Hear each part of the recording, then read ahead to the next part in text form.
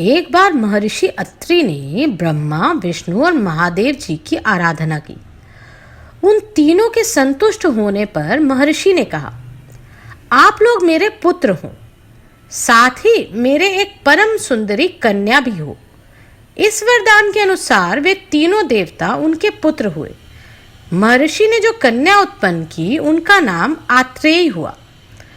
अत्रि के तीनों पुत्र क्रमशः दत्त, सोम और दुर्वासा नाम से प्रसिद्ध हुए। अग्नि से अंगिरा की उत्पत्ति हुई। अंगार से उत्पन्न होने के कारण ही उन्हें अंगिरा कहते हैं। महर्षि अत्रि ने अंगिरा से ही अपनी तपस्वी तेजस्वी कन्या आत्रेय का विवाह किया। अंगिरा में अग्नि की तीव्रता का प्रभाव था, अतः वे आत्रेय से सदा पुरुष भाषण किया करते थे, अर्थात कठोर रहते थे। आत्रेय भी सदा पति की सेवा में संलग्न रहती थी। आत्रेय के गर्भ से महान बलवान और पराक्रमी अंगिरस नामक पुत्र हुए। अंगिरा आत्रेय को प्रतिदिन कटु वचन सुनाते और अंगिरस नाम वाले पुत्र सदा अपने पिता को शांत किया करते थे।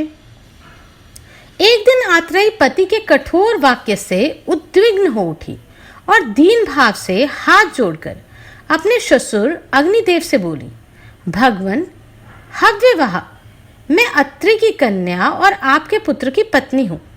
पुत्रों और पति की सेवा में सदा संलग्न रहती हूँ, तो भी पतिदेव मुझे कटु वचन सुनाते हैं और व्यर्थ ही रोषपूर्ण दृष्टि से देखा करते हैं। सुरश्रेष्ठ, आप मेरे पति देवताओं को समझा दें। अग्नि बोले, कल्याणे, तुम्हारे पति अंगिरा ऋषि अंगार से प्रकट हुए हैं। वे जिस प्रकार शांत हो सकें वैसी नीति बरतनी चाहिए। तुम्हारे पति अंगिरा जब अग्नि में प्रवेश करें तब तुम मेरी आज्ञा से जल रूप होकर उन्हें बहा ले जाना। आत्रेय ने कहा, भगवान, मैं उनकी कठोर बातें सह लूंगी, किंतु मेरे स्वामी अग्नि में प्रवेश ना करें। जो स्त्रियां अपने स्वामी से प्रतिकूल चलती हैं उनके जीव से क्या लाभ। मैं तो इतना ही चाहती हूं कि वे शांतिमय वचन बोलें। अग्नि बोले, जल में, शरीर में तथा स्थावर जगत में सर्वत्र मेरा निवास है। मैं तुम्हारे पति का नित्य आश्रय हूँ, क्योंकि मैं ही उनका जनक हूँ। जो मैं हूँ वही वे भी हैं। यह जानकर तुम्हें चिंता नहीं करनी चाहिए। एक बात और है, जल को तो तुम माता समझो और अग्नि को ससुर।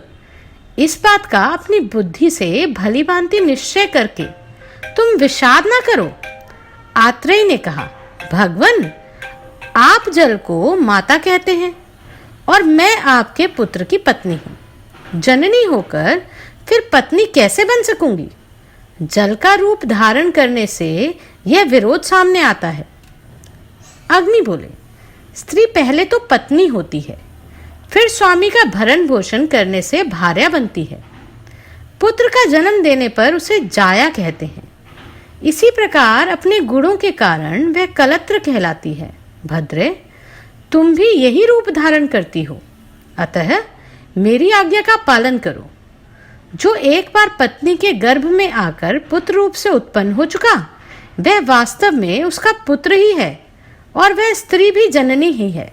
अतः वैदिक तत्व के विद्वान कहते हैं कि पुत्र हो जाने पर नारी पत्नी नहीं रह जाती। ससुर के मुख से यह वचन सुनकर आत्रेय ने अग्नि रूप में आए हुए अपने पति को जल से आप्लावित कर दिया और वह दोनों पति पत्नी गंगा जी के जल से जा मिले। उस समय दोनों के स्वरूप शांत थे।